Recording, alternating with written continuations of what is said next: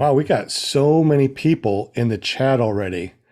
I mean, I'm looking at the chat and it's just exploded. What do we have here? We got Eric Lear. He's saying hi to the Pair crew. We got John Wayne. Hey guys, do we so many people in the chat already? I mean, I'm looking at the chat and it's just exploded. What do we have here? Who has that in the background? I think I killed it. Okay, good. All right. But anyway, we got a bunch of people in the chat. It's good that you guys are here. We appreciate y'all. This is Sean Symons, also known as PPG Grandpa. Welcome to PPG Grandpa's Paramotor Podcast, ClearPropTV.com, which you can watch live every Monday night at 7 p.m. Central, 8 p.m. Eastern. I hope I said that right. And of course, if you want to listen to us and not watch our pretty mugs, you can go to paratalk.org and listen to all of our shows. We're in season 3. This is episode 105. My goodness, welcome everybody. I'm so glad everyone is here. Who else do we have in here? PPG, the other Nick, welcome. Glad that you're here. John Wayne, he's one of our channel supporters. Thank you very much, John Wayne, for helping us out. Mad Slopers in the house. Shane Wyman's here. I think that Shane's going to be on our show on the 31st. Aaron I, the PPG guy, will fly. Thank you so much for being here. We're going to have a great show tonight. Let me go ahead and introduce our panel members real quick, and then we're going to get to our Paramotor Steve guest. So stand by, Mr. Paramotor Steve. We got Will Fly from Will Fly PPG. What's up, buddy? Glad that you made it here tonight. Yeah, it's good to be here, Sean. And you're right. We look so much nicer on a podcast. We look pretty on this podcast, but our voice is delicious too. So if you're listening to us, we're great. We're great. Well, Will Fly, you put out some really good content. You make some really good videos. Where can we find that information, or where can we find you? Well, thanks for that, Sean. Yeah, you can find me on YouTube under Will Fly, or just check out willflyppg.com. willflyppg.com. Awesome. Glad you're here, buddy. We also got Eric Lear from ppglear.com. He also runs a paramotor show every Tuesday night at 7 p.m. Central, 8 p.m. Eastern, called the what show? It is Tuesday Night Hangout. And hey, congratulations on 105 shows. That's pretty awesome. Well, thank you very much. Appreciate that. But good to be here on a Monday night. Absolutely. And how do we get to your show, and what's going on tomorrow? So it's ppglear.com, Lear. And tomorrow we are going to be discussing some new products that's coming up and in the PPG community. So it'll be a good show. Awesome. Thank you very much for that. And you also have your beautiful, lovely wife that does a all women's podcast. Give her a shout out real quick and how we can find her on Wednesday. Yeah, you can go to paramotorgirl.com, and her show is Girls Just Want to Fly. This week, she is having a girl that was actually trained by Super Dell. It is a good show that we've talked to her, a good show that comes on. I think a lot of people will be surprised about her and her training. So something to really, really look out for. This is going to be a good show. I cannot wait. And last week we had an astronaut on our show. Yep. Last week there was an astronaut from SpaceX, and that was a good show. She's getting a lot of good women on there to keep the females in the aviation community together. Absolutely. So make sure you go over to paramotorgirl.com, hit subscribe, hit that bell notification, go over to PPG Lear, Lear, subscribe, hit that bell notification. Awesome. And we also got our ParamontUSA.com, our Linda Anderson, our cheerleader. Let's see the cheerleader, the pom-poms. Awesome. Welcome, my chatters. I love y'all. Thanks for joining us tonight. It's going to be a great show. We got an awesome guest tonight. Paramotor Steve is in the house Monday night. The only place to be, like right here, if you know what I'm saying. Right here, right now. And if somebody wants to be on our show, they get up with you by going over to ParamontUSA.com. It forwards over to your Facebook page, Linda Anderson. And all you have to do is say, hey, I want to be on PPG Grandpa's Paramotor Podcast, ClearPropTV, paratalk.org, and she will book you on the show. but we're booked up for the rest of the month, so she's been doing her job. You get an extra bonus on your paycheck next time that we pay you. Okay. All right, thank you so much for being on the show. Okay, guys. Much love. Much love. But tonight is not about us, and it's not about the panel. It's about Paramotor Steve. Not only does he fly, but he may seem like he's a star because he is on the Weather Channel. Yes, you probably seen him on the Weather Channel. Paramotor Steve, welcome to the show. Thank you so much for being here. Tell us a little bit about yourself, how you got into PPG, and of course, I think we might even ask you some weather questions in the future. Well, first of all, thank you for having me. I like to call myself the other PPG grandpa. I've certainly enjoyed watching your stuff, Sean, and grateful for the opportunity to be here, talk with you, and talk with all of the fine folks on the old computer. But yeah, so my introduction into paramotoring was probably similar to most folks. It started about 3 birthdays ago. I've always had a strong interest in aviation, but my bank account didn't really allow for that. Didn't have a whole lot of money for an airplane. But 3 birthdays ago, I did a YouTube or a Google search for how much does an airplane really cost? And I found out that it was still above my pay grade, but I stumbled upon other little aviation things, and one of them was paramotor. And I started doing YouTube, searches for paramotor. And, the first thing I thought seeing it was, one, that's still probably too expensive, and that's probably crazy and unsafe. And, but I watched another video, and I thought a little less that it was crazy and unsafe, and a little more that it was affordable. And, that night I was watching, I must have watched 10 videos and kind of became hooked right there. It wasn't even a question of, yeah, I'll look into it. It was more like, no, I'm getting one, and I'm pulling the trigger on this. Like I mentioned, I've had a love for aviation. About 14 years ago, I did my very first tandem hang gliding adventure, and that blew my mind. It was insane. I loved it. I had a friend who owned an airplane back in the 90s he took me on a flight from one airport, small airport, to another. And I was in love with that. I had done a hot air balloon ride once. That everything I have ever done with aviation, including, being a passenger in an airplane, every single flight in an airplane, I have always had a window seat. It's just the way it was going to be. So I've always had this insane love for anything that would get me in the air. And so, when it finally came time to say, hey, I got to get me a paramotor. However I need to do this, I'm going to do this. And, I started right away and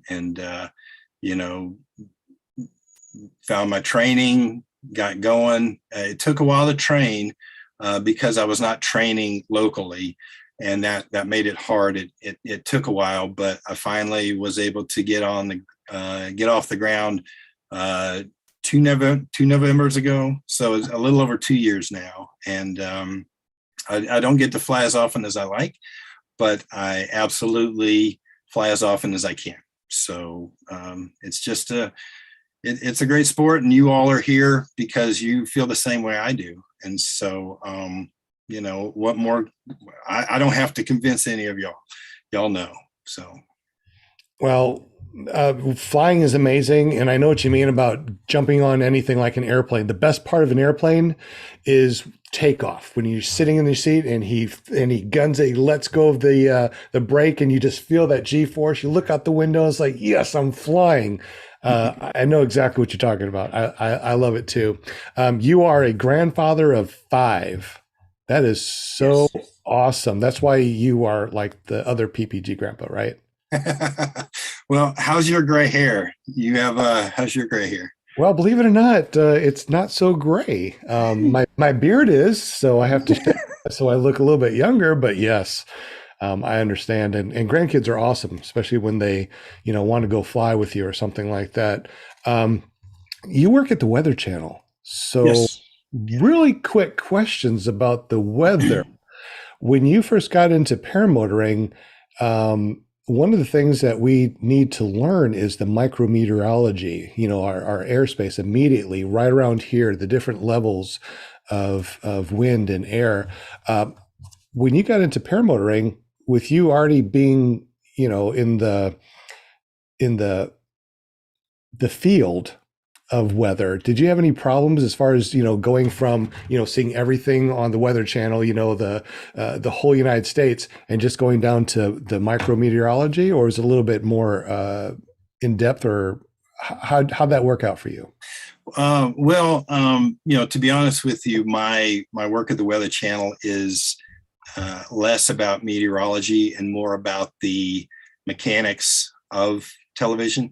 So more of the video production and some of those behind the scenes non-meteorology things. But I've had I've always been intrigued by weather, and when the opportunity came to work at the Weather Channel, I was thrilled to get that opportunity, and still am. I mean, it's a great place to work. It's a great station, and it transfers well into my love of paramotoring, because the things that I have picked up have definitely made me a better paramotor pilot. Even if I'm doing my job, but I'm kind of listening in one ear to what they're saying on air, and I'm like, that's why that does this, because of the other thing. And so I want to give a shout out to Kyle O'Glee. One of the things I love about his channel is his insane amount of weather related information. He can talk about the clouds, and I'm like, oh, okay, I got you, and the different winds and just, I mean, he's probably forgotten more than I know. So, as a paramotor person, I think we should all have goals. And one of my goals is to be more knowledgeable about weather and how it relates to, what we do as a hobby and a love. Absolutely. You guys, I put his YouTube, Instagram, and Twitter links into the chat. So if you would go there and hit that subscribe notification, the subscribe button, that bell notification, and likes and loves and all that stuff, he would definitely appreciate it. We also got some questions in the chat. So let me scroll down here real quick and shout out some people. Think Greek is here. Will fly to meet Deweese Milstead. Brian Waller's in the house also, Mad Sloper. And we have let me see if I can find it. Paramotor Girls in the house also. Where is that? I just saw it. Okay, here it is, from Mark McElroy from ParalifePPG.com. But before I ask his question, if you guys haven't been over to ParalifePPG.com, you definitely need to. Matter of fact, I got one of his shirts. It's one of the best shirts. Even though I have my own merch store, I am shouting him out because, wow, great stuff, Mark McElroy. Anyways, he asked, what brand of paramotor and wing does Steve fly? That's a good question. I'm still on my first, and I do the Adventure Primus I know the Pluma, I think, is a little more popular. I went for the Primus, which I think I think it's a little heavier. I think there's less carbon fiber, but it's still a good paramotor. It's a good unit. The Moster 185. You can't go wrong with that. It's strong enough to pick me up, so it can't be all bad. So that's great. I fly with the Flex One, which I think is an adventure wing, and I believe it's A/B wing. I'm definitely looking forward to progressing onto the next wing. And maybe my question for the group would be, what would be a good next wing that I could look into, because I definitely want to kind of progress and get a little more spicy in my flying. Hey, Ooh. Steve, I have a question for you. Do you fly with the group on the north side of Atlanta? Yeah, good question. We have two distinct groups. Really, we have several, but it's broken down into north and south. I've flown a couple times in the south with the south folks, but mostly with the north. I'm in Northwest Atlanta area, so that's kind of where most of my flying is. Atlanta, if you're not familiar with Atlanta, it is a large metro area, and to get from one part of Atlanta, one end to the other, can take a good hour and a half.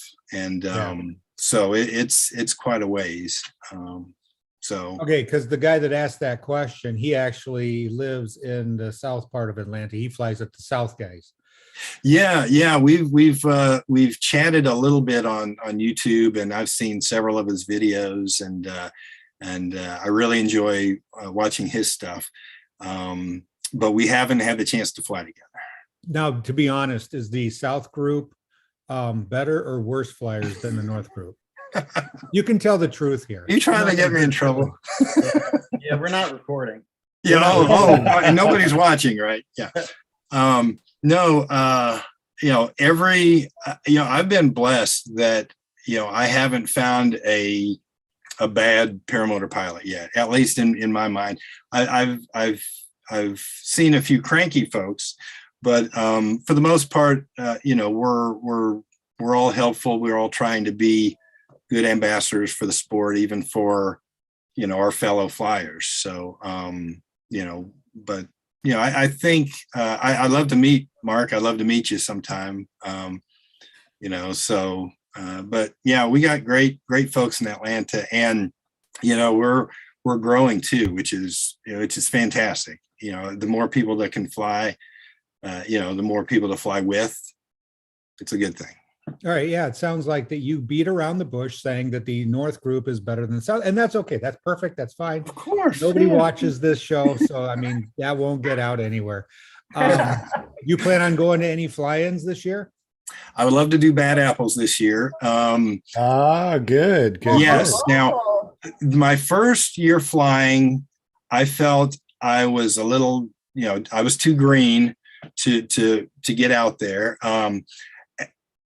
But I do want to say, in hindsight, I should have gone just to hang out, because, I heard that's the really more fun than actually flying is hanging out and getting to know some of the fine paramotor folks. And so I should have gone on the first flight, or on the first year that I was flying.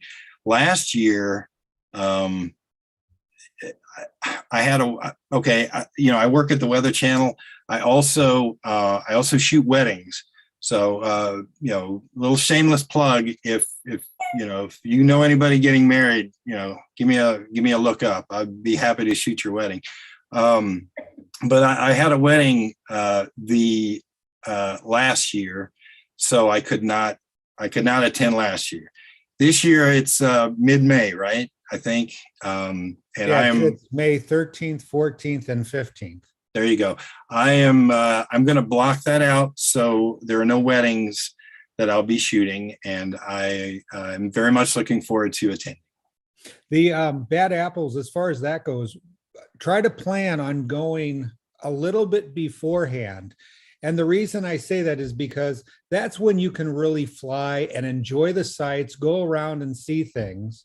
You can, because during the fly-in, it does get busy. They have a phenomenal way of traffic control there. Yeah. So, I mean, you don't have to worry about that, but it does get a little crowded in the sky. So if you go there early, and like Jade and I, we'll take 2 weeks and we travel down there, and you're right, it takes us a week to get just through Atlanta. That's why we take so much time off. And then once we get there, we can enjoy flying around for the first few days, and then the event starts, and we don't fly much. We'll fly maybe, one time a day or whatever. But then, when the event ends, we leave and we come home. But plan on trying to get there a little bit early. Plus, that'll also give you a really good camping spot. True. Yeah. And I understand last year's was the most populated, fly-in ever, which blows my mind that it is so close to Atlanta and something so amazing is so close. So I definitely want to take advantage of that this year. Yeah, I think they have like 326 registered pilots or something like that. It was pretty awesome. I think that's about what it was. Yeah. Insane. And the best part of it is not the flying. The best part of it is hanging out and all the camaraderie with the other pilots. And also giving all the guys that fly on the south side of Atlanta, just giving them heck. Well, it's shorter distance for them. So, Oh, exactly. We had a question that asked, how long have you been flying? It was 2 years and I guess a couple months now. So, we're all learning, even very skilled, very qualified folks are, you're still learning something. And, so I'm still learning, but, I'm having a ball doing it. So. Yeah, Mad Sloper asked that question, how long you been flying? Shout out to Bill H, Mad Sloper, Kelby Cox. We got a lot of people in the chat. Just keep the questions coming. We definitely appreciate y'all in here. If you have any questions, go ahead and let us know. Any questions for Paramotor Steve from our panel? I have a couple. So are you you've been flying now for 2-3 years? Yeah, 2 years and a couple months. Okay. Do you keep track of any of your flights, like how many flights you're on or your hours or anything like that? I'm a good German guy. I mean, with a last name of Schumacher, I'm very meticulous about a lot of things, but somewhere along the way, I lost track of my flight count, and it bothers me that I don't know the exact flight. I think I can piece it together, because I keep all my videos. So I have to kind of do a little research and do a little fact finding to figure that out. But I do. You have Skyfly High that has a logbook. Yeah, but I didn't start that from the beginning. So yeah, I do use Skyfly High, which is an amazing app, and but I did not start that right away. Okay. Did you do training? Did you have somebody train you? Are you self-trained? Yeah, definitely not self-trained. I learned early in all my paramotor research that self-training is not something you want to do. It's and it all comes down to that phrase, you don't know what you don't know. And so I did get training. It was in Alabama, in which, like I said before, that's one of the reasons it took a while to get trained, was because I wasn't able to. I had to squeeze it in when the weather was good, when I was off from work, when I didn't have other obligations. So it took a while to get trained, but I did pay for training, and it was worth it. Good deal. What about anybody in the family interested in training, or do you ever plan on going for your exemption to fly tandem with your family or anything like that?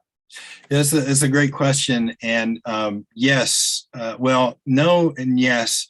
As far as family members who are interested, I would absolutely love it if my wife was. She is not a flying kind of person, so she is perfectly fine with me going out there and having fun in the sky. But it's not something that I don't think she would want to tandem with me. Now, my oldest grandson, on the other hand, if I told him, hey, I could take you up tomorrow, he'd be like, let's go. He's 9 years old, and I mean he's been with me and in my corner regarding paramotoring since I first told him about it and that I wanted to do it. And so he was with me before I even got my paramotor. And so I talked to him about it. We did, he has come to the field a couple of times, and we watched other people take off and land. And he loves science, and there's some science in paramotoring. And he's a smart kid. His name is Matthew, and I would love to be able to do tandem, to be certified to do that. I'd like to get to that point. I haven't talked to my brother about it. He lives in the other side of the country, but I'm fairly certain if I said, hey, I'm certified to do tandem flights, he would certainly want to do that. Probably several folks on my wife's side of the family who would love to go with me. So I would definitely love to have that ability and that legal ability as well to fly with people. I hear that's one of the best things a paramotor pilot can do, is share with somebody they love, and being right there behind them when they're experiencing this insane thing called flight. Right. Well, I think if you took your wife up, maybe she would be interested in learning. And there's nothing better than being able to fly with your wife. I'm lucky. I get to do that every time I go flying.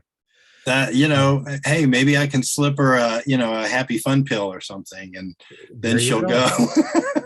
I kind of want to get back to your wing. There was a question from Mark McElroy. He was asking about your wing. Have you tied in your 2D steering yet? No, I have not. What is that something that involved? Like, I don't even know the process involved in that. So the best thing is look in the manual of the wing and make sure that they are okay with doing that. And then a lot of times you can go back to your instructor and say, hey, I would like to, do this. And they will help you tie it in properly.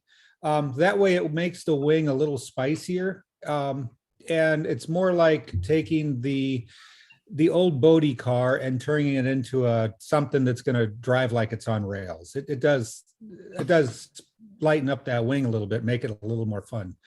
Okay. But there is ways to definitely do it without going to an instructor. But just for good safety reasons, you should have somebody that knows exactly what they're doing help you tie that in. But that would help you kind of get to that next step and making that wing a little spicier, and a little more fun to run with. So, and another way of doing that too is when you're holding on to your brakes, grab the tip steerings, so you have the tip steerings with your brake at the same time. You can kind of feel what it feels like before it's tied in. We also had a couple of people that have some more questions for you. There are lots of questions for you. First off, Hot Brothers Productions shouted you out. We got Mark McElroy that asked about that 2D steering. Brian Waller asked, what river is in your background? This one, yes. This is the Tennessee River. And it is, and this shot was actually my last paramotor flight. And that is over the beautiful Chattanooga area. And I spent several years growing up in the Chattanooga area and absolutely loved the whole town. And Atlanta being really, the Chattanooga area is about an hour and a half from my front door. And so clearly most of my flying has been right there in the Chattanooga area. But, I told myself as soon as the opportunity arises, I am going to go flying up in Chattanooga. And, one of the things I've done, before I took this flight was, I researched, LZs that were, big enough and, where along the way to this path I was going to take, how many emergency bailouts there were going to be and the spacing of them. And, I really did a lot of research before taking that flight, especially with Class C airspace from the ground being not very far away. And, the Class C in Chattanooga is that inverted wedding cake thing. And so, I had to make sure I wasn't flying too high either. So, that Chattanooga flight was an amazing flight. And, the other great thing about flying that close to a downtown area was, I've only ever flown, out in the middle of nowhere. And so to fly, that close to, a downtown area legally, was outstanding. I absolutely love that. I'm going back the next chance I can. Unfortunately, with the winters, getting dark so early, and I have a 9-to-5 job, and every single weekend through all of December and so far January, the weekends have been horrible weather-wise. So, getting to, drive a couple hours away from your home and flying is not the easiest thing to do when you have a 9-to-5 job. But, the next chance I can go fly from Chattanooga, I certainly will. It's an amazing city, and the views from, if you can legally fly that close to a downtown area, go for it. It is absolutely fantastic. No, that is really awesome. Now, I know that we talked about this before the show. How did you, what apps did you use? How were you able to manipulate yourself inside this Class C, under the Class C to be legal in your flight? Yeah, that's a good question. And, the only way I felt comfortable with flying where I was using my, Fly Sky High app. And, I know we all have our favorite apps, but I absolutely love that one. I bought it works pretty good by itself, but I spent the extra money to get the airspace extension on it, because it will tell you exactly where you are in relation to the airspace. And if you're flying and you're getting close to any, whatever airspace you tell it you want to be notified for, it will start, beeping. And I have Bluetooth to my headset. So I was able, you're able to hear a warning if you're getting close to the airspace. And one of the things I discovered with the Fly Sky High is, the great thing about that is it's not just, if you're getting close to it this way, but this way as well. And, that certainly applied to my Chattanooga flight, because while I wasn't anywhere near, Class C from the ground, I was, as I said, under that inverted wedding cake, and I had to stay under 3,300 feet. And, the app certainly helped me do that. So, but yeah, kudos to whoever came up with that app, because it's fantastic. It's been a lifesaver for me too. I totally agree. If you guys are in the chat, what apps do you use when you fly? And I see 14 likes, and we got 25 viewers. So if you hit that thumbs up, that would be awesome. We also got a question from ClearPropTV, Jim Senard from Canada. How often do you get to fly? Let's not talk about December and January, the darkest of the months, at least down here in the South. When the weather is good, spring, summer, and fall, ideally I like to get up once a week. Really, I'd like to get up more than that, but life kind of keeps me from being able to do that, and and weather as well. But if I can get up once a week, then I'm feeling good. Occasionally I can go up more than that. Some of my paramotor friends here in Atlanta go several times a week, and I scratch my head and try and figure out how I can do that. But I'm grateful for the flights I do get to take, and I'm counting down the days till February where the sun stays out long enough for I can get off work and then go straight to the LZ and send it for half an hour, 45 minutes, and then obviously by springtime through fall, the early sunset's not a problem, and so I can definitely get up more often then. Don't you have any connections at the Weather Channel that they can change the weather to work for you on the weekends? I've thought about it. It's gonna be good. I've thought about that, but God does not work at the Weather Channel, so yeah. Well, it looks like in here, Bill H says that he uses PPGPS. I also use that one. I like PPGPS because that has a digital way of showing me how much gas I have in my gas tank, and it's pretty accurate. I do like that. Shane Wyman said, so far I use PPGPS, but I want to get the Garmin watch and switch to Stewfly. I don't know Stewfly. And Hot Butter Production says I use Bumble. I don't know Bumble. I don't know Stewfly. Do you guys know what those are by any chance? I don't know what that is, but I use an app. It's Before You Fly. And all that is just basically tells you if you are in a controlled area. And it doesn't have anything to do with wind. It doesn't have anything to do with pretty much anything. It just tells you if you're in a controlled area. So, and that's Before You Fly. So is that like controlled as in like Class C or? Yeah, it just tells you that I think it's actually a drone app, and it tells you if it's basically safe to take off and fly around, and make sure that you're in G and E airspace.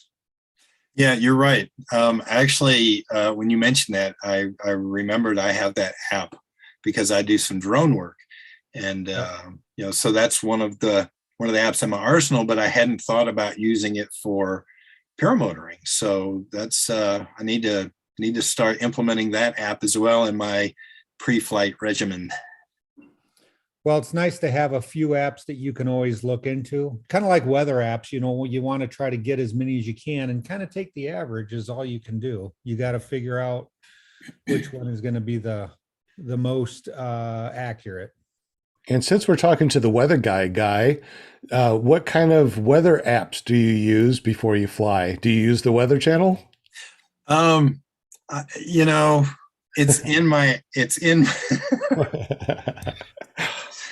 It's it's on my phone. But I actually prefer, I want to say the right thing. I use, it's called Dark Sky, and it's one of those, what do they call it? Micro, like pinpoint apps that will kind of tell you, in 24 minutes, it's going to start raining, or, rain will stop in 5 minutes or something, like super hyper local. And, it's not 100%, perfect, but it takes your address, or at least where you're at, down to your front door. And, I guess based on where the clouds are and where the rain's coming in, what it projects the wind and rain to be. And it's actually helped me quite a bit because, it's pretty accurate. Another app I like to use is the My Radar, and just for looking at radar, and That's helpful in the summertime in the South when you have the pop-up showers. You want a good radar app because, it might look good right where you're at, but if you go flying for, 45 minutes an hour, you don't know what kind of pop-up showers might be coming. And so, to kind of have a look at that app and see what's kind of maybe not right above you, but in your area, that comes in handy quite a bit. So Steve, that's an app, Dark Skies. Is it just like, how do you spell it? Dark and then SKIES, or? It's singular, SKY, Dark Sky. Yeah. Dark Sky. And Yeah. it's an app? Yeah, it's an app, and I think it is a paid app, but it's not a subscription. I think it's like $3, and maybe it's $3 a year. I can't remember, but it's negligible. It's cheap, Okay. and it's just nice having that like hyper local weather forecast. And You know, Steve like and Google- Eric, what phones do you have? Do you have iPhones or Android? Where are you getting these apps? I'm using a iPhone, and the Before You Fly app is the letter B, the number 4, the letter U, and then FLY. Yeah, and I'm also using. I've got an iPhone, by the way. I also use several more before I even pack up the paramotor. I use the UAV forecast, and that's good for kind of winds aloft. You got to check the winds aloft and just see, is there any wind shear on the different levels? That's important. And then I also use Windy as well, as I know a lot of people do. Do you use Ryan Carlton? Yeah. I don't use it. Is there an app for that, or is it just the website? It's just the website as far as I know, but it's pretty user friendly on the iPhone. Yeah, I've got I've got a bunch of Chrome links on my phone, and Ryan Carlton is one of them. What else do I have? There's Ryan Carlton, and then what's the other one? That's Walmart. It's not. I don't want the Walmart. Here it is. PPG Zone, I think, or Wind.PPG Zone. I kind of look at that as well. So, I'm looking at several different ones, just because, like you said before, Sean, you don't want just one. You want to have a good variety. It's always good to have second, third, fourth opinions, especially if you're, going to load up your paramotor and go driving somewhere. You want that to be worth the time. So. Sure. Here's a website that I recommend. This is not a wind or weather app, but I recommend going to tfr.faa.gov. That shows your TFRs and if they're local or not. And what I do is I go there before I fly, take a screenshot, of course, to make sure that I'm not in there's no TFRs around me, temporary flight restrictions. And that way it's timestamped with that screenshot, knowing that, if I go up there and all of a sudden there's a TFR that pops up and I'm forced down, it's like, look, I went there before I flew. Here's my screenshot. I didn't know about it. And hopefully that will save my butt, but always look at the TFRs before you go flying. All right. Yeah, that's an excellent point. What was say that website again? tfr.faa.gov. And Okay. I go there.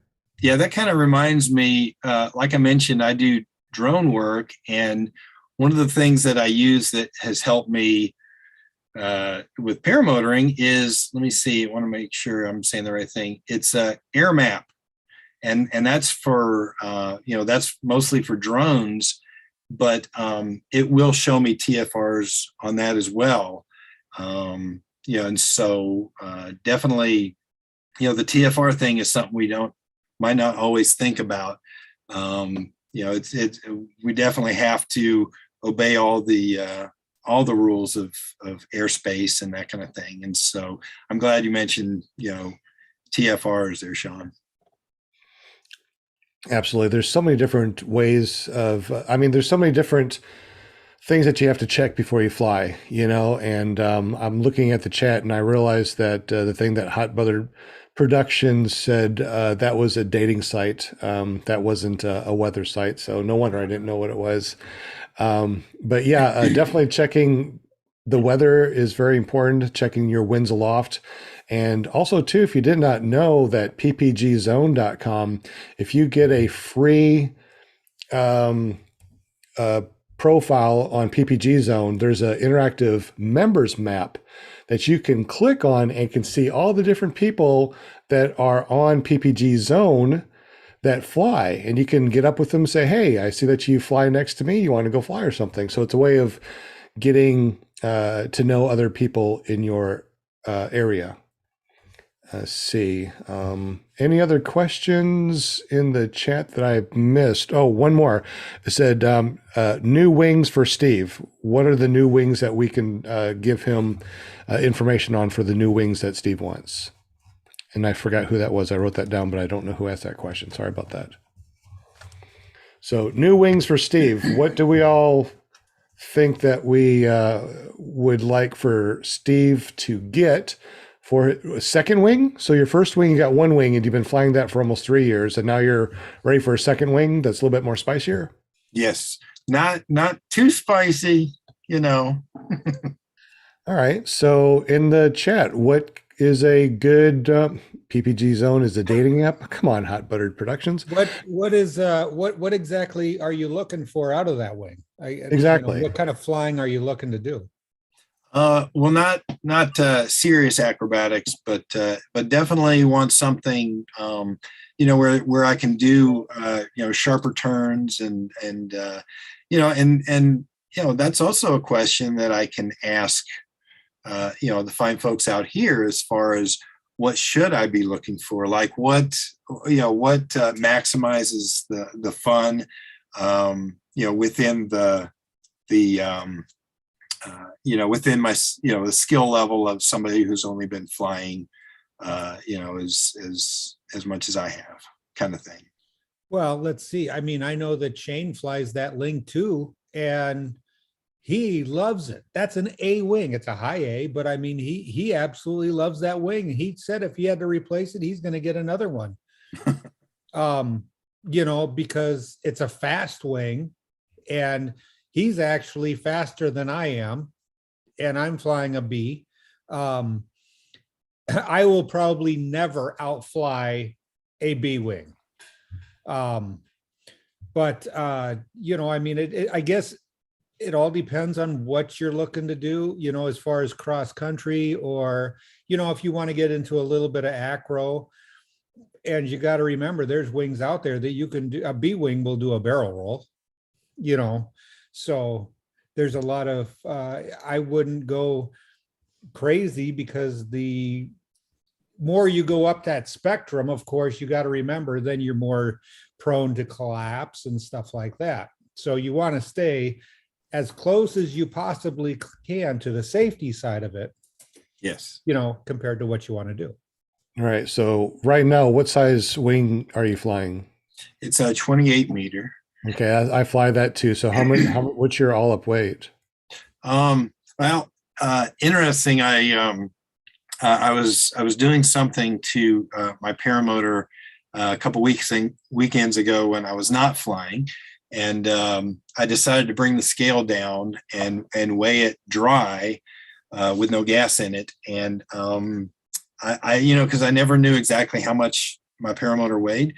It's 72 pounds dry. And so that, in addition to my flight weight, be a pre-dinner weight, I'm pushing 200, a little bit over 200. So, we're under 300, but, I'm working on the weight thing, but, I'm being, honest with myself and what I'm weighing right now. So. How much gas do you normally put in it? Because gas is about 6 pounds a gallon. Yeah. I have a hard time. Like I've not even filled it up. Never come close to filling it up. I'll do about 6 liters is usually where I'll top it out at. more than that, and I have a harder time getting off the ground. So I'm careful not to put too much gas in the tank. Nick Griffith actually has a great statement in here. I'll get back to Nick's statement. Brian Waller said, the Spider 3, awesome wing, give you loads of room for advance. And Bill H says he loves his Universal 1-1. So Nick said, I suggest demo wings at a fly-in. So if you go to a fly-in, if you feel confident enough, and you can try out all types of wings that are there. Yeah, another good reason to attend the fly-ins. Yes, exactly. It's always good to demo wings. I've been really blessed and lucky to have flown a bunch of wings, and I fly 28 meter. But I'm a little bit over 200 pounds, and I don't think my machine weighs 72 pounds. That's kind of heavy. I also fly with 5 gallons of gas every time that I take off. My elevation where we are is about 300 MSL, so it's really not too high above sea level. What's your elevation at ground level over there? Atlanta area, depending on what part, we're pretty big, but around where I'm at is around 900, 950. Oh, okay. Okay. So you're up there a little bit. Yeah. Not crazy though. We're not Colorado. But still with a 28 meter wing, when's the last time that you had it sent in and checked for porosity and wing and line length? It's probably due for another. Like I said, I haven't flown as much as I want to. So it's probably due for, maybe that's a good thing I can do before, spring hits, and, while the weather stinks and it gets dark at, 4 in the afternoon, it might be a good time to have it checked out. It's amazing that if your lines are stretched a little bit and you have lost a little bit of that porosity, your wing doesn't really float up like it used to. It doesn't float brand new. One of the things that I tell people is when I first got my first wing was a Roadster 3. I got that in 2019. And in a year's time, I put on over 300 hours and 2 SIV courses. And when I sent it in 1 year, they failed it because the lines were stretched. And it's really amazing. And that's something to think about too. If you ever think about getting a used wing, my wing, when you saw it, it was crispy, it looked brand new. It was, the same year as 2019, but it failed. So it's very, very important to get your wing checked if you buy something used. Yeah. Well, and that was one of the things, it came time to purchase. I was insistent on not getting a used wing. One, you don't know the history, and and two, I mean, it's just I wanted to start fresh. I wanted to have something that I was breaking in, and and so I don't regret that decision at all. Plus, the wing is what actually keeps you floating in the air. That's something that unless you really know where that equipment came from. Yeah. I would definitely shy away from used wings. Yeah, because I can get a brand new 2022 wing. In a month, I probably could stretch everything out and make the lines fail by just doing acro for a month, and try to it'll probably fail because the more acro you do, the more you stretch your lines. Now, there are acro wings that actually have a different type of lines, while we have the Kevlar core with the regular sheathing. Acro wings are made up of something different that don't stretch as much as the Kevlar does. So I assume that you just want to get up and go fly and take some amazing views, take some pictures. maybe do some, some spirals or something like that. I think a really nice light wing maybe would be a very lifty wing is a Spider 3, has the long trim range. You can, let's see, trim range. It has the tip steerings, and it's very, very light. I mean, in almost nil wind, you can do a reverse. It's amazing how light it is. I tried one of my friends. I would fly a 28 meter, but he has a 30 meter Spider 3, and I thought, it's bigger. It's going to be really heavy in a very light wind. Poof, up in the air. I'm like, holy crap, that's amazing. I also demoed.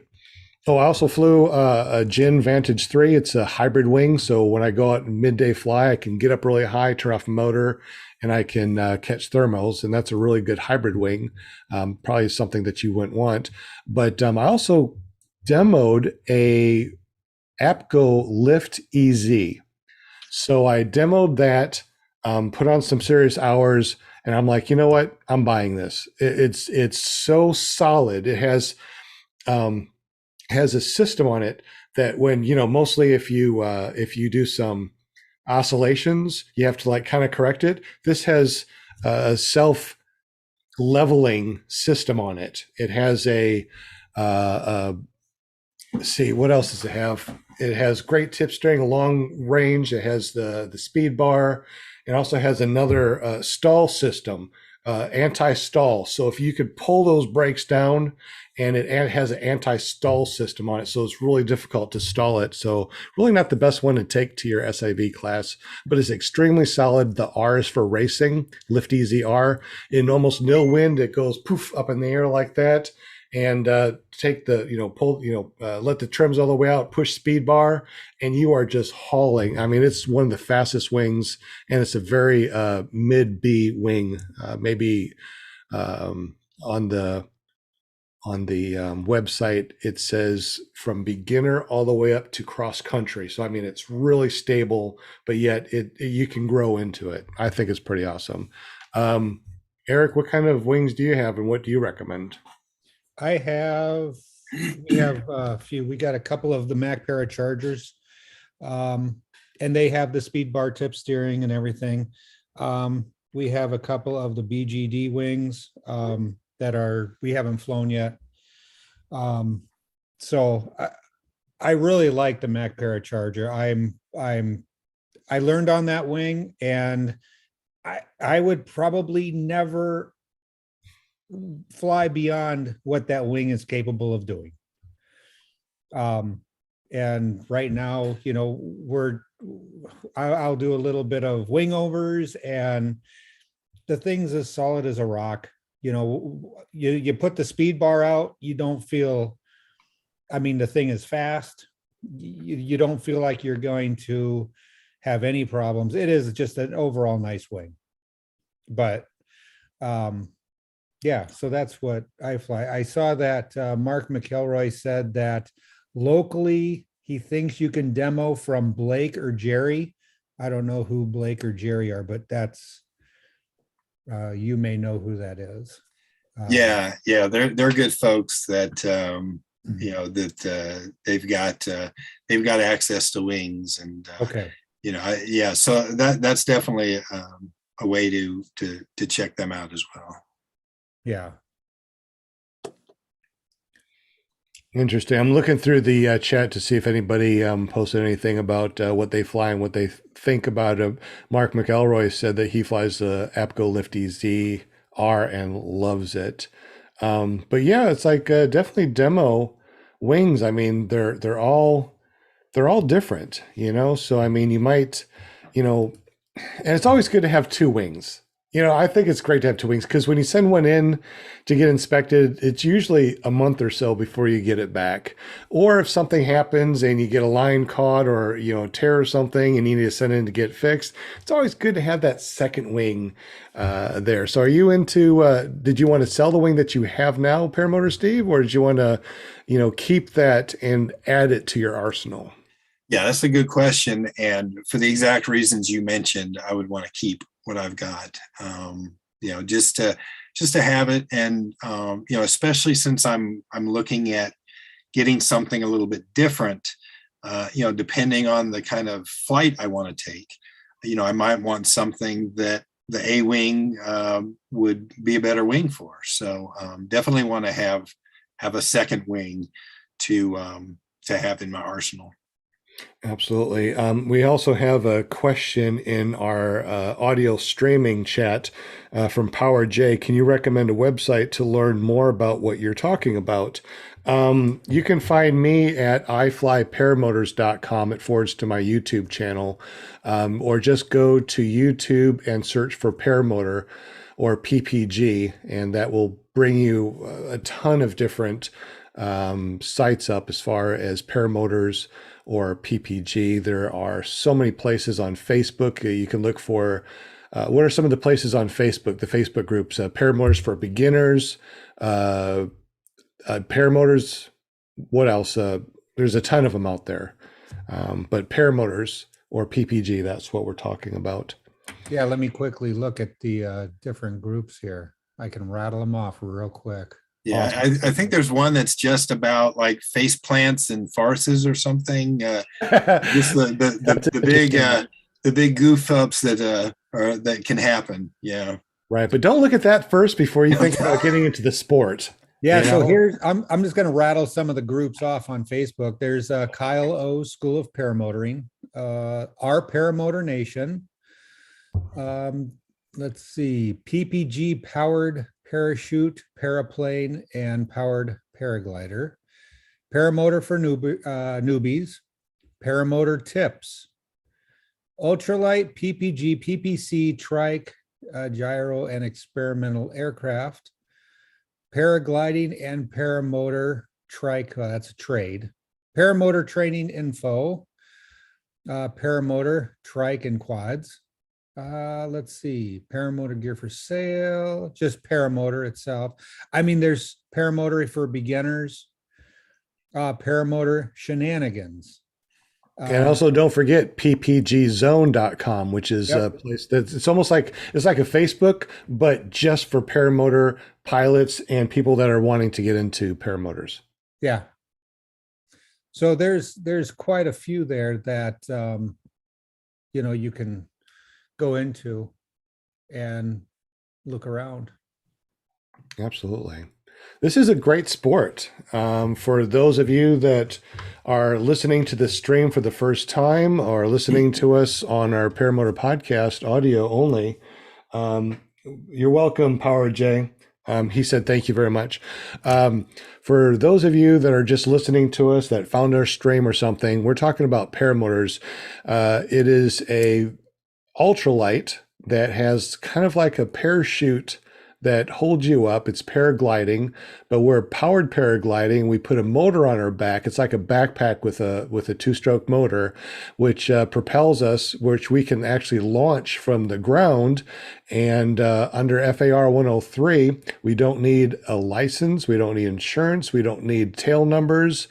And we can fly all the way up to 18,000 feet in most places, and we can launch in most places and fly in most places. However, there are some places that you cannot fly, and that's the reason why you want to get an instructor and get training, because it's not about flying, it's about where we can fly legally, and of course, the weather, micrometeorology, learn about the two-stroke motors, because when you buy a paramotor, you are also your own mechanic.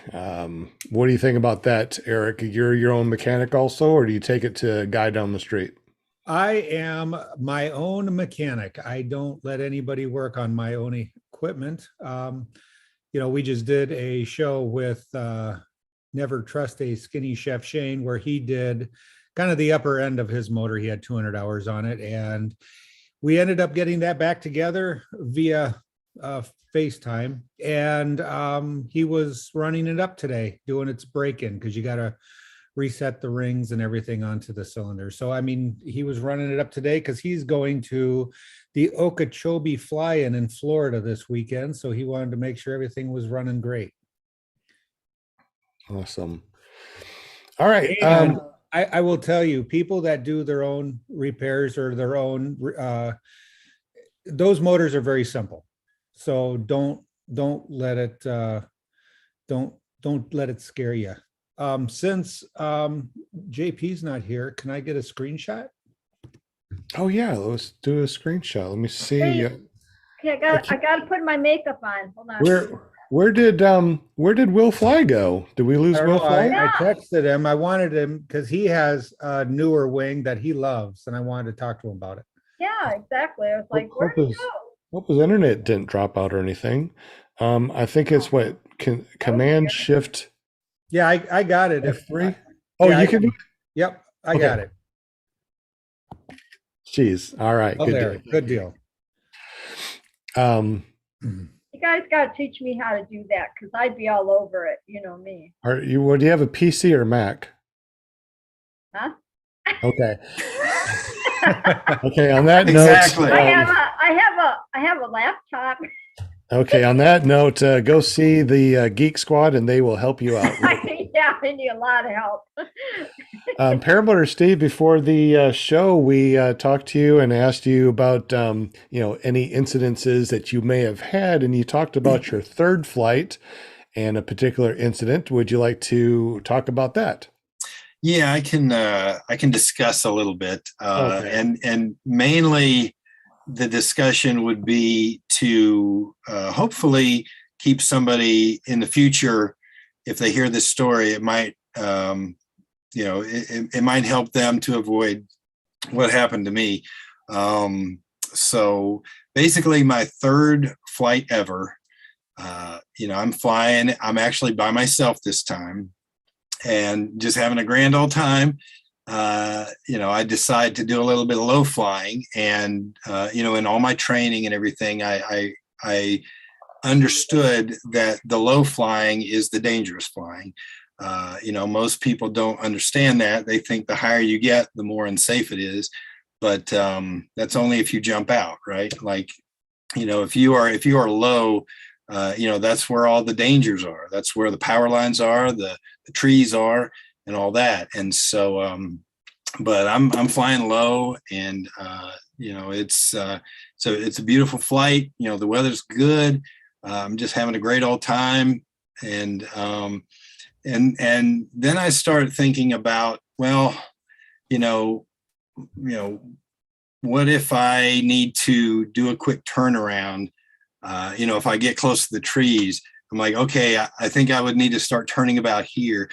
And I'm actually saying that. I can hear it. I've got video of it, and I can hear me like voicing this stuff. And right after I said that, I kind of looked forward because I was looking off to the side, and I see, these trees, this tree line coming up that I need to take evasive action. Like I have like no time at all. I've got, three options. I could either now gun it, try and get over the trees. I can, bank hard right or left and avoid the trees, or I can just try and put it down in front of the trees. And being my third flight, I'm having to make this decision very quickly. And I really didn't feel I could make it above the trees. That's how close I was. And not knowing the turn, how fast it would turn, I was not feeling good about making the turn. So the option number 3 is to land right there. And, I was low, so that worked out good. And I just, I was not ready for the landing. I was not out of my seat. So it was a butt landing, and I was going, I was probably going 20 miles an hour, and it was a hard bump. And, everything was fine. I might have cracked a rib, but I'm not sure about that. I'm feeling good now. But the best thing though that I can say about that flight was I've never done that since then. The important thing is you want to learn from your mistakes. And now anytime I get below tree line, you know, I'm not admiring the view so much as I am active piloting.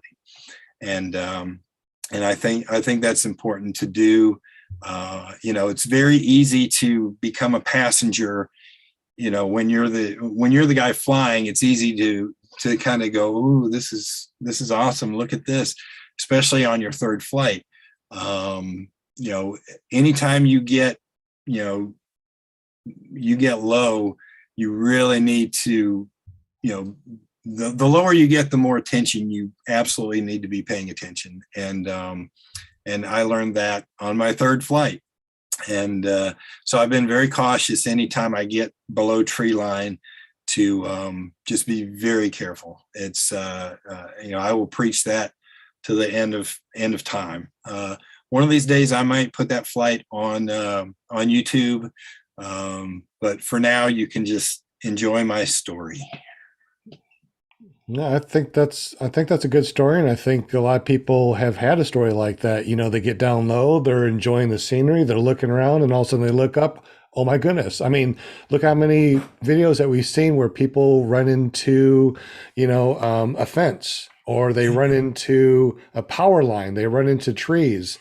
You know, I mean, how do you do that? I mean, because you're looking around. I mean, everything is so neat, and our machines, you know, 9 times out of 10 with trims in flying low, you're only doing 25 miles an hour. I mean, we're not going that fast. It's like, you know, it's like a moped speed, you know, we're not going supersonic, but, yeah. But, you know, the ground, you know, these objects out in front of us come much quicker than we anticipate, you know, if we're not careful. And so, you know, it's vitally important to always be aware. And I think, you know, it comes down to that, the C word, complacency. You know, we all, you know, we have to battle that. You know, the beginners, the seasoned folks, you know, it's just something to always, you know, to watch out for is complacency. Sure. I think you could take that.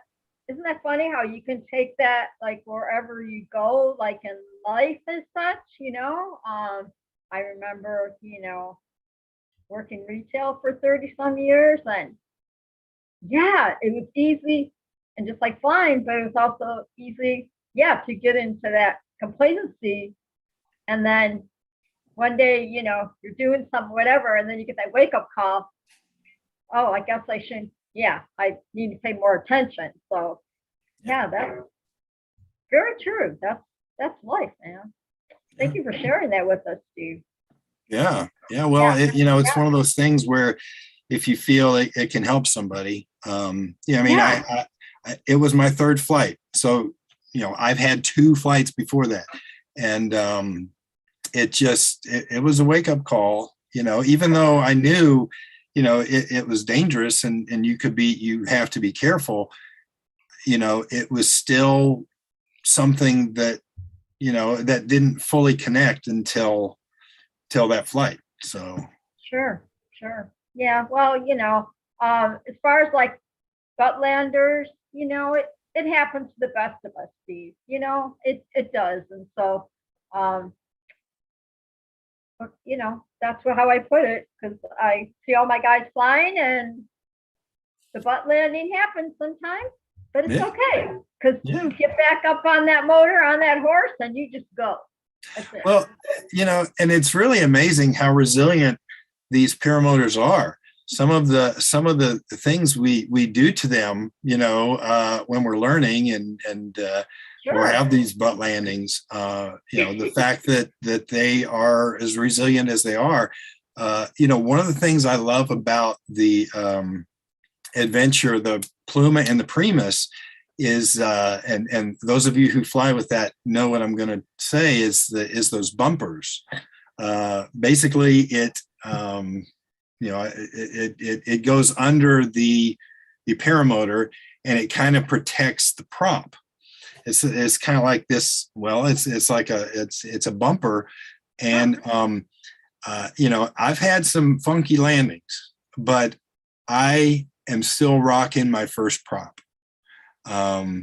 so that's $160 bumper has saved me, I don't know how much money in props. So I can't speak highly enough about the bumper on the on the Primus and the Pluma. They're fantastic. I've never heard of the bumper. Like, explain what that's about. I've never heard guys talking that.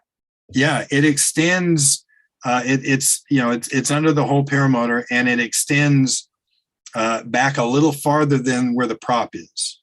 And so, if you do have a butt landing, the bumper is going. The bumper is going to hit the ground and not the prop. Oh. So yeah. And it was like $160, which part of you is like, oh, that's expensive for a little piece that you don't have to fly. But like I said, I'm still rocking the same prop as I did when I first started. So do you still use the bumper? I do.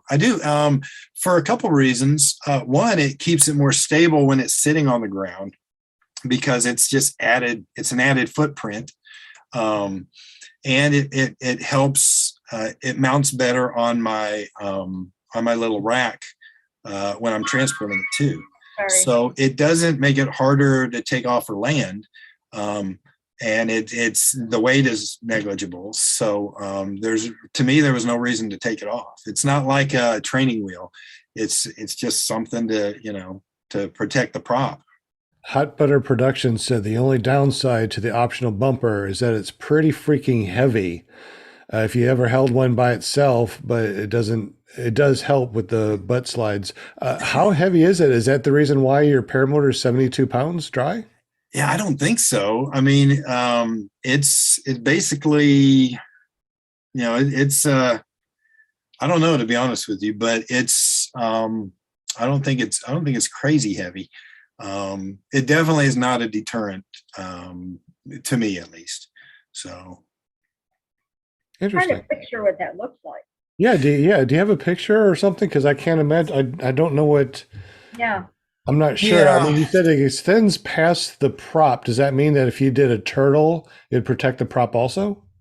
Probably not that to that extent. But if you do land and you're back a little bit where the prop could get damaged, it would totally protect the props. So my drawing skills are worse than my paramotoring skills, so I can't draw it for you. Let me see, maybe I can do something here. Can anybody find it on the internet? Maybe and show it. I'm looking right. Let me see. I'm trying to look for this might be hard. This ain't working? Is this working? No, it's my background. Look, I'm invisible. Okay. Let me see. Okay. So here's the bumper. So this is a profile. This is a profile of the paramotor. Here's the prop. No, here's the prop. And then the bumper extends a little bit past it on the ground. Oh, okay. So it's like feet on. Oh, okay. I saw in the chat. It's like feet on a box fan. Yeah, exactly. Okay. Yeah. So it's pretty light. But like I said, it's saved. I don't know how many props I'd have been eaten through at this point. So I don't mind keeping it on. I mean, it might be a few pounds, but I mean, to me, it's worth a little bit extra weight. Matt Sloper says, why are so many people in PPG worried about a couple of pounds? A couple of pounds, unfortunately, really does add up. You add another, gallon of gas at 6 pounds. You add a reserve, that's a couple more pounds. You add more pounds and takeoff actually takes a little bit longer. Matt Sloper, do you fly? And Aaron I said, because I'm a wuss, Matt Sloper. Do you fly, and what do you fly, and what's your weight? Because Matt Sloper he just got the new electric paramotor. Oh, you got that SP140. Yes. And That's right. Yeah, that's a heavy machine. But it stays the same weight, though, no gas. Yeah, like ours, you put in 5 gallons of gas and that's 30 pounds, but you land and it's 30 pounds lighter. 30 pounds is a lot of weight. And I take off with a full 5 gallons every time because I want to fly as much as I can, as long as I can. And that's, 2, 3 hours if I want to. But when I land, it's a lot lighter. Hey, Steve, do you ever plan on taking any of the SIV courses at all? I would like to. I would like to get to that point.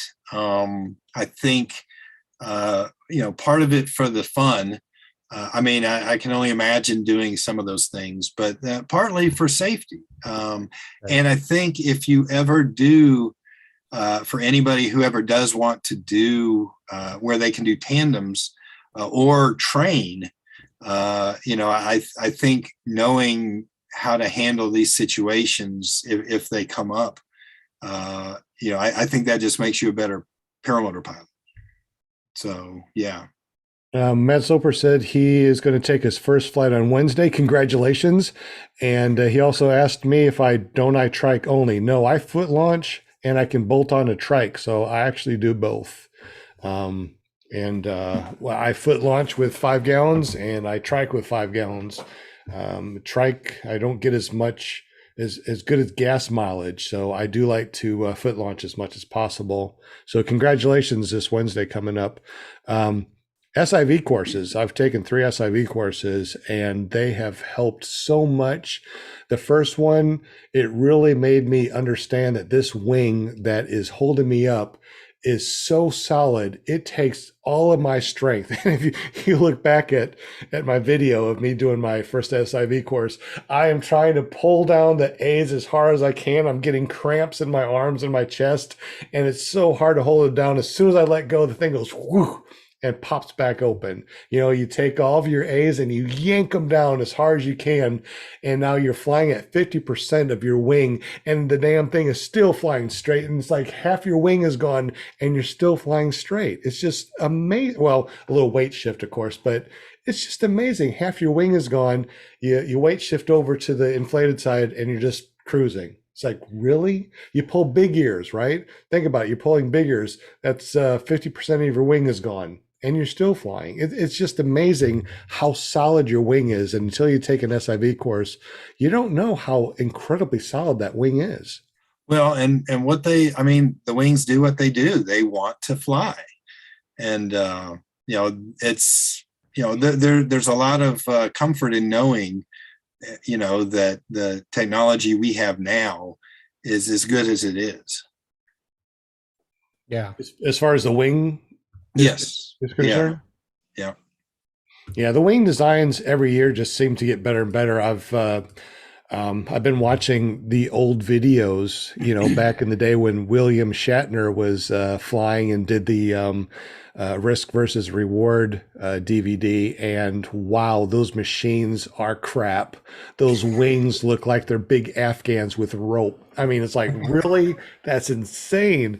The stuff that we have now, especially the newer stuff that what was that one? Somebody just had a new wing that was so light. Mark George from Paraswag USA told me that in a very light wind, it just went up in the air, and I can't remember what it was. So, I mean, the newest it was a single skin. I can't remember which it was. It was a single skin or a hybrid wing, and it was so light.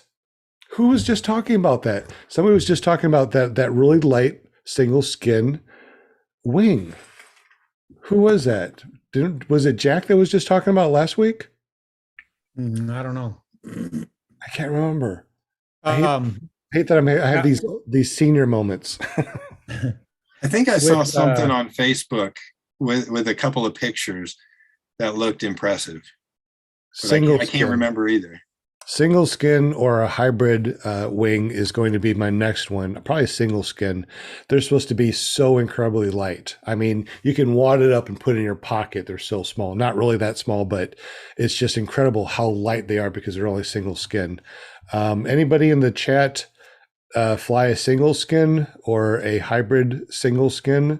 let me know what you think about those. Were you going to say something, Eric? Did I just run over you? No, that's all right. Matt Sloper, he's a paraglider pilot. He's just kind of transferring over into paramotor. He's been Oh, flying okay. for quite a while. But yeah, congratulations on his first flight coming up. Steve, do you fly, where you fly? Do you have a lot of LZs or do you have a lot of water and trees? Do you fly with inflation or the flotation? Do you fly with reserve? Yeah, I do. I do fly with the reserve. That to me, that's important. Redundancy, clearly, when it comes to what's keeping you in the air, is important. I do not fly with flotation, and because of that, I'm not flying over lakes. We have some beautiful lakes locally, but I'm not doing that until until I get the flotation. And but as far as LZs, every paramotor pilot wishes they had more. But I've got my share that I like to hit along with several of the other Atlanta folks. Some of them have more emergency bailouts, close by than others. So some of them kind of keep you from wandering too far, but it's a nice little variety. We are not far from the North Georgia mountains, and I would like to find a few LZs up there. I think there's a couple of airports that I could fly from, but that's kind of a longer, almost a day trip. So that kind of keeps me from just heading on up there on any average day. But there's a few LZs. Some of them, it depends on if there's something going on at the park that kind of keeps you from going. And one of the most painful things is saying, okay, the wind's blowing this way, I'm going to go to this LZ, and it's a park and there's some kind of festival going on, and it's getting late enough to where you can't make it to your backup LZ. And then you cry a little bit because you can't go flying that night. So that's why I think it's important to have several LZs in your hip pocket, ready at a moment's notice, because it takes it takes a little bit of homework to find some, but it's worth it just to have the options and variety. I don't know of anybody who only wants to fly from one place. So I like having the variety. I'd like to, like I said, I'd like to get back to Chattanooga. I'd like to fly in, there's other places in Tennessee, I think up around where Moonshiners is, that I'd like to go to. Just lots of great places here in the South to fly. And I'd like to kind of branch out as well. But locally, yeah, I've got several. Like to get more, but we do what we can do. Yeah. I fly from my airport, which is right down the road, and I can pretty much go, pretty much anywhere from that airport. And I really like it because it's behind the gates that you have to have a code to get in. We have a huge field that's just for us PPG folks, and we can take off and go in any direction and go see so much around here. If you ever get this way, you need to come fly from the airport. There's just so many things that we can do, including to go see that airplane boneyard. Now that is really cool. Yeah, no, that would be fantastic. So your airport, you've got bailouts all over the place, huh? Oh yeah, it's basically far as the eye can see. There's farmers fields everywhere. You can foot drag forever. Or not too far away, there is a place called Green Bay Packing Plant, and they always have a long train that's stopped. That's at least a mile, so you can like foot drag or not touch the you don't want to touch it, but you're just flying above it or flying beside it. It's just miles and miles of this train. It's so awesome. Go to the Petit Mountain. There's a big lookout. You can fly around the lookout, and there's people out there, and they wave to you, which is really cool. And there's just so many things that you can do, and I found so many awesome places. Plus, the Petit actually has an airport you can land at, so you can fly from one airport to another. There's also Pinnacle Mountain, so you can fly from the airport here over to Pinnacle Mountain and buzz the mountain and beyond. And matter of fact, right beyond Pinnacle Mountain, there's a place that we can take off and land over where PPG Tommy lives. So it's pretty cool. I mean, I dig it. Oh, that's awesome. That's awesome. Oh, one of the LZs about a mile away from there is a landfill. And I don't know if you've ever flown around a landfill. I saw your video. Yes. My second favorite flight was the landfill video. I mean, it was like a playground for paramotors. You got little roads and huge areas. You've got heavy machinery you can fly around. And, and one of my favorite things to do when I'm flying is, just flying right above level, and then it drops out and you keep going and just the ground opens up. And that is absolutely one of my favorite experiences when I'm flying. And that landfill was, it's so much fun flying around there. Also, too, not too far from here is a huge rock quarry. Same thing. You fly in on, buzzing the ground, and all of a sudden it opens up to this huge rock quarry. You look down, it's like, holy crap, that is so cool. Another big quarry too is over at Bad Apples. Not too far from Bad Apples, there's a huge quarry, beautiful, multicolored water that's in it, blues and greens. It's really amazing. So. Wow. Did you fly that, Eric, when you were over at Bad Apples, the big quarry? Yeah, we went over there a couple times. It was kind of neat. It was, there's quite a bit to see over there. If you do go to Moonshiners, that's a beautiful area too. It's that's going to be a high altitude, so be prepared to run fast or get wheels to help you out. What other fly-ins are you thinking about? Well, I love to do the endless foot drag. Okay. That is would be quite a drive. So I'm grateful that Bad Apples is close by. But I would absolutely love to do Salton Sea. I would love to get out there. I mean, I've watched videos, not just paramotor videos, but like history of the Salton Sea, and the whole mess of how they tried to build this amazing resort community thing. It totally failed because you just can't do what they tried to do, at least not the way they did it. And so it turned into this horrible nightmare. Yet it's still there, and it's very flyable. I would love to go out to the Salton Sea, and I've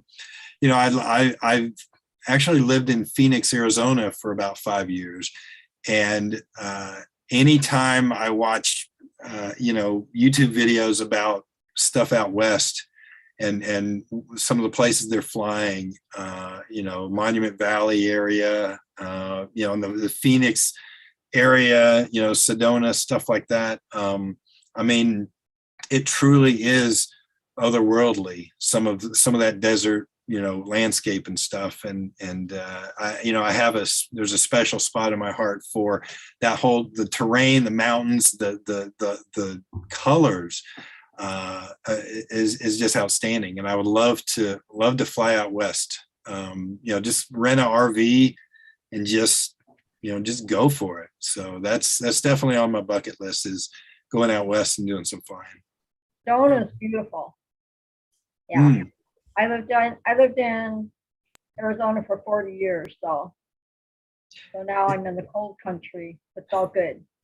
But yeah, it's Sedona's beautiful, and I've seen a lot of videos where guys, flying there in the summer. Yeah. Well, maybe even the winter too, I guess. Well, maybe not so much. It's pretty cold there in the winter, Sedona. For people in Arizona, they want to go and play in the snow, so they have the Sedona and Flagstaff, right? Yeah, and that's the thing about Arizona. Before I moved out there, I just thought, oh, Arizona, it's all like Wile E. Coyote, Roadrunner country, and and part of it is. But there's I think they call it the high country, up around Flagstaff and where they actually have snow skiing up there. They have, it's not, I guess, part of the desert, and Flagstaff is absolutely beautiful up there. And that is snow country up there. Yeah, it is. Most It's definitely. a lot of fun. It's that and Sholo, and Mm-hmm. that's. You want to live in, if you like the cold and everything in the wintertime, and you want to live up there, that's where you go. Yeah. There you go. So what made you move to Georgia then? Well, a lot of it was job related. Some of it was family related.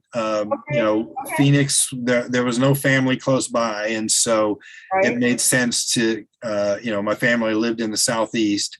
So it made sense to kind of come home. And and same thing. Yeah, and I've been here since 2006, and I've got roots here now, and it's home, and it will be for life, God willing. Cool. So I got to ask you, so who got you started, like interested in the paraboating? Like what person, what made you want to get, or the videos that you saw that made you want to go and fly? Yeah, I wish I wish I could say I remembered the exact one. Obviously Tucker was in there. Probably whoever was coming up on the search, on the top of the search. So some of the heavy hitters, I'm sure. So I don't know the exact first video I saw, but within the second or third one, I think I was doing searches for how to get into the sport, and that's where I learned, okay, so it's not really unsafe, or maybe to put it another way, it's as safe as you make it. Paramotoring is as safe as you make it. And cost wise, it's about the cost of a motorcycle, really, a decent motorcycle. And I thought, well, and for me, my life is riddled with, well, I should have done this sooner, or I should have done that. I wish I had done this. Yeah. And I did not want paramotoring to be one of those things 5 years down the road. I wish I had done that. And that's why I didn't waste any time. I said, I'm getting into this now. Whatever obstacles there are for me, I'm going to find a way around them. I need to do this for me. And I don't want to have any regrets about not doing this. Very cool. Very cool. Exactly. So then when you first learning, then did you do all your kiting and everything that everybody does? Did you do the kiting thing? Because you got to do the kiting thing first, Oh yeah, I and my YouTube video, shameless plug, Paramotor Steve. My YouTube video actually started before I even started training. So, if you want to follow somebody from truly the beginning, before I even purchased anything, and check that out. But yeah, I realized that the hardest part of paramotoring is the learning and the training.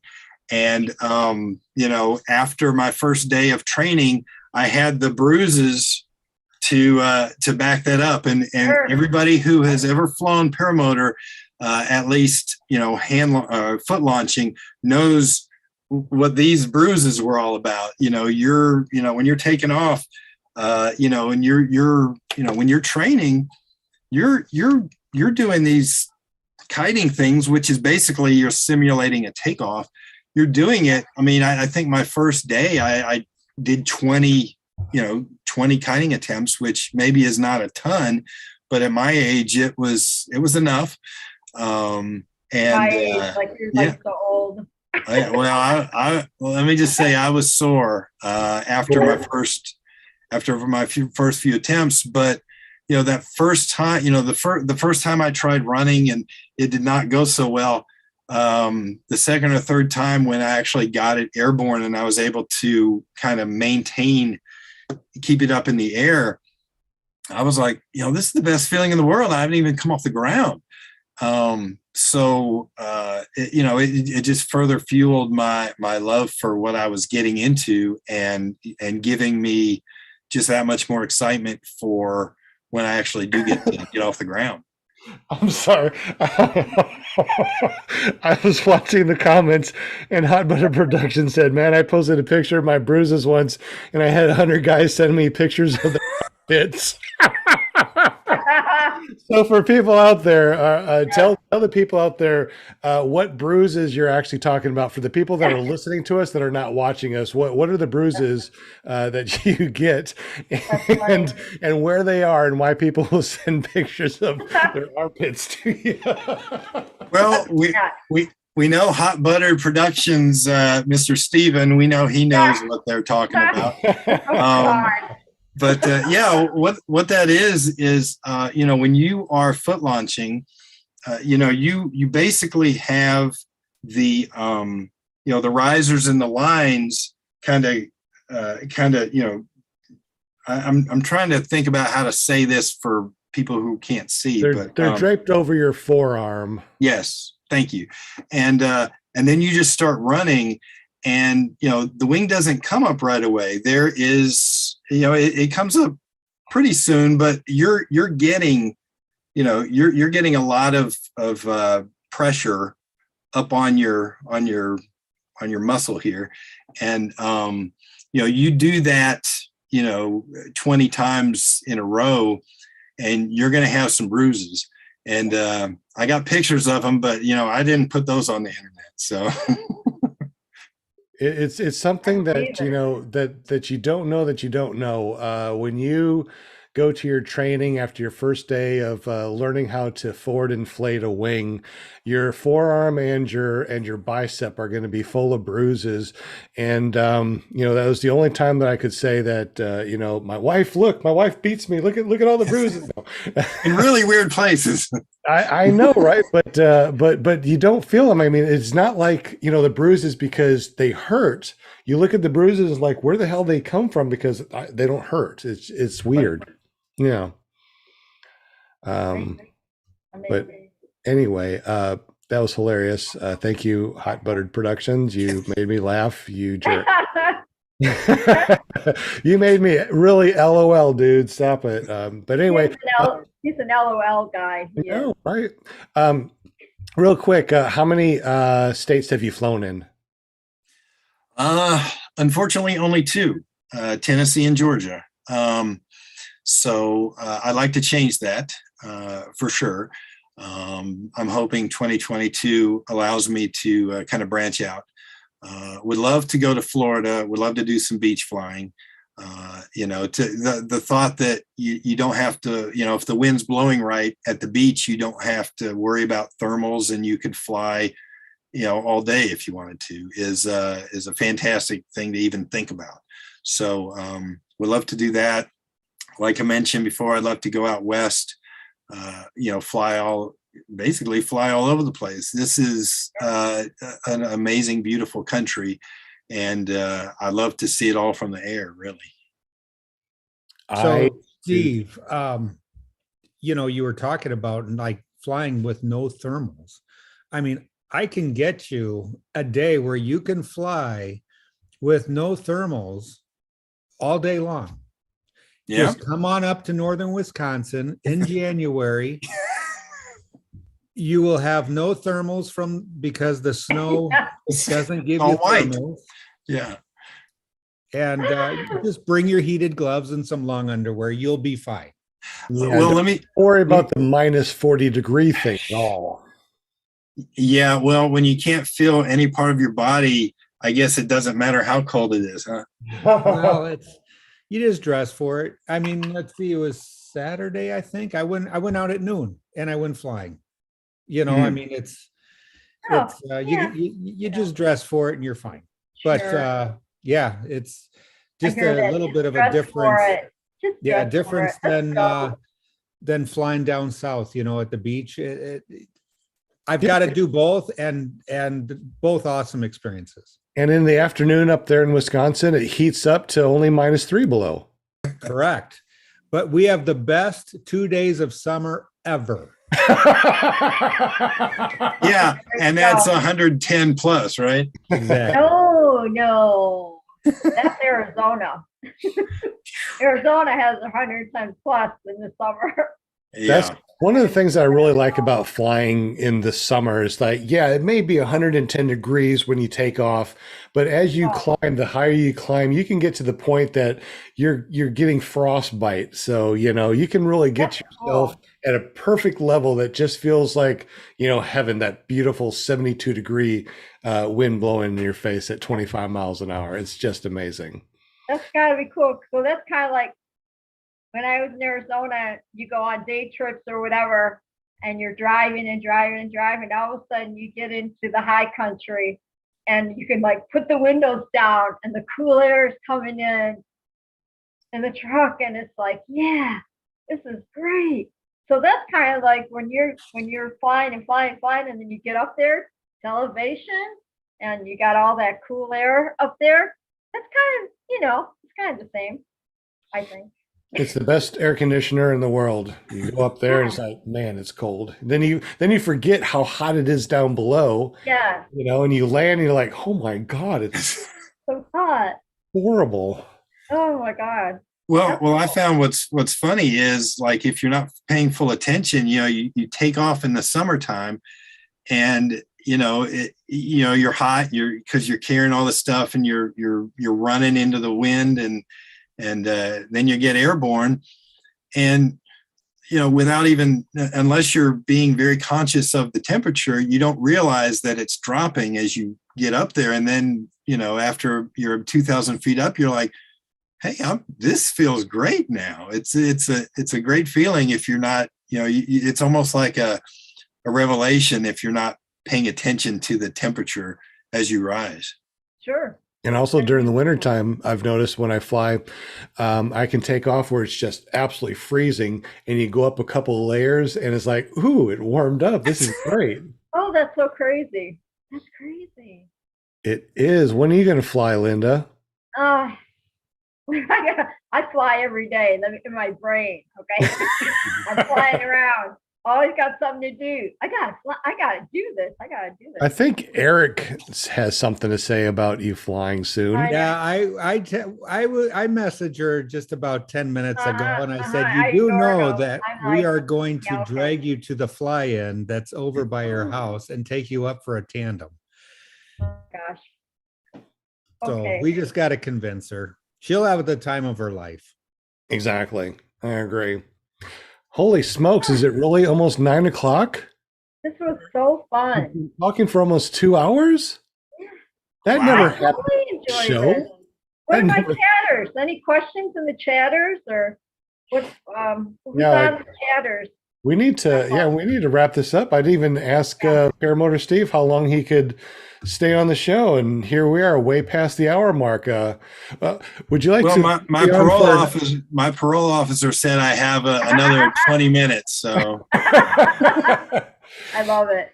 Well, we'll go ahead and wrap this up, and we'll wrap this up in the next 10 minutes, maybe. You know us. We say we're going to wrap it up, and 2 hours later.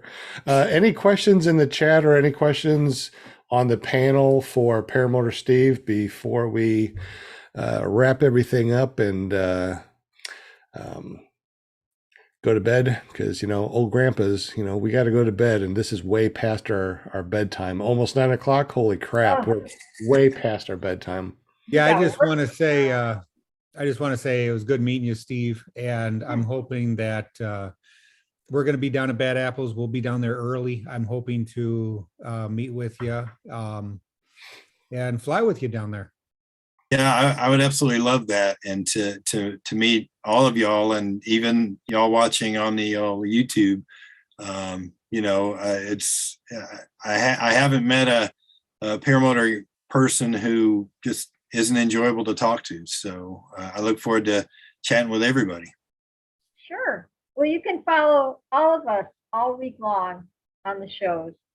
Yeah. Let's We go got ahead a and whole run through. list, Yeah, let's Grandpa. run through all the paramotor Go shows. through it. In case you don't know, this is the first time you heard anything about paramotors, which Yeah. there are some people like Power J. This is the first time you heard about paramotors. We have many different paramotor podcasts, both audio and through YouTube. And every Monday, we have PPG Grandpa's Paramotor Podcast, also known as ClearPropTV.com for the video, and paratalk.org if you want to listen to our podcast. On Tuesday night, I'll bring it over to PPG Lear real quick and let him tell us about what we do on Tuesday nights. Yeah, so Tuesday nights, we have the Tuesday night hangout. You can find that at ppglear.com, and we're trying to tune that show towards newer paramotor pilots to kind of educate them a little bit on new products that are in the sport, schools, anywhere from all aspects of getting into the paramotoring sport. And then on Wednesday night, my wife Jade does a show called Girls Just Want to Fly, and you can find her at paramotorgirl.com. And she keeps all of the females in the aviation community together. And she has people that jump out of planes to people that go up into space. So you can watch her at paramotorgirl.com. And Linda, what is on Thursdays? Thursday is paraglidingtalk.com with your host, Robert Michaels. So you can all join in, hang out with us on Thursday nights. It's always a great show. Great guest. So who is Robert Michaels to you? He's I can't say he's my number one son because I have two sons, but he's my para son. Yes, he's my paraglider. He's my San Diego Blossom, Torrey Pines, wherever it may be out there. Yeah, he's my crazy flyer. Yeah, I love it. Yeah. And Paramotor Steve, we have all of your links down below so everyone can see them. But how do we get up with you? How do we find you? And where are all your social media sites? Yeah, well, in the description, thank you, by the way, for posting all that. It's YouTube is Paramotor Steve. Pretty easy to remember. No weird spellings for that. And then Paramotor Steve on Twitter, and big surprise, Paramotor Steve on Instagram. Oh, cool. I guess there's not a ton of Steves that do paramotor that want to do a bunch of social media stuff, so I got lucky there. But yeah, I would love to have all of y'all come along and play around with me in the sky. It's fun posting stuff and just kind of sharing my story, and and sharing the great experience that is paramotoring. Very cool, Steve. We learned a lot tonight, and this was like super fun. And I'm just so happy having you on the show tonight because this is who we are, right? This is who we are. Exactly, and all Hang the out, people share stories. Info, all that stuff. All the chatting that we have going on. Let me scroll back for just a second, and just tons of people that are chatting. Aaron I, the PPG guy. We got the Hot Buttered Productions, Bill H, Mad Sloper, and they're just talking a lot. I guess I missed some. Mad Sloper said on my laptop. Mad Sloper said same thing with PG. No wing forward launches, bruises galore. Yep. Okay. Deweese Milstead. Hi, Deweese. Deweese. Man, I'm just scrolling through here. There's just so much yapping. Bill H, John. I love it. We definitely appreciate all you guys yapping with us and talking to Yeah. us and Absolutely. talking paramotor. And hey, wait a minute, PPG What's Lear. up? What's Eric good? even said something. Hey, how about that? It's amazing. But yeah, you guys, thank you so much for joining us. We definitely appreciate it. Yeah. Make sure you run over and check out that ppgzone.com. It's really nice to be able to have a place that you can find other pilots around you. Anyway, Paramotor Steve, any last words of wisdom before we head on out tonight? Well, just fly safe and have fun, and remember as much as you can. One of the things for me is, when I'm in the air, I can't take it all in. I really can't. When I'm on the ground, it's like I can't. That feeling when I'm in the air, it escapes me, and so when I am in the air, I try and take in as much as I can. That's cool. It's an amazing privilege to do what we do, and I do not take that for granted in the least little bit. So, but thank you for having me on. Y'all have all You're been so great, welcome. and and we'll be watching next week. Oh, please, Absolutely. anytime you want to come hang out with us on Mondays, Steve, seriously. Just, All of our guests look are for the always link. welcome. Yeah, in the guest chat, jump on with us. We Yeah, have a all of great our time. We just hang out. Yeah, we'll do. Yeah, please. So all of our guests are welcome to come back and be on the panel. That's why we have a panel, because they have That's been right.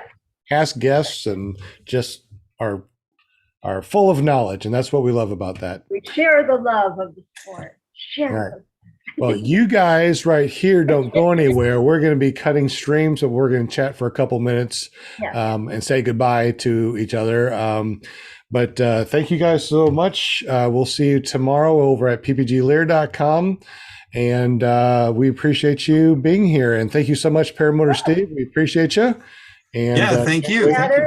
can't wait to go flying with you. And one of these different bad apples for sure, right? That is my ultimate plan. Bad apples for me too, for sure. No matter what else, I will be at bad apples. You too, Eric. Yep. You We will be too, at Bad Apples. Linda. Uh, All right. okay. Okay, good deal. No, I might just surprise y'all. Like, oh, there she is. I hope so. No. All right, guys. Thank you so much, and have a great evening.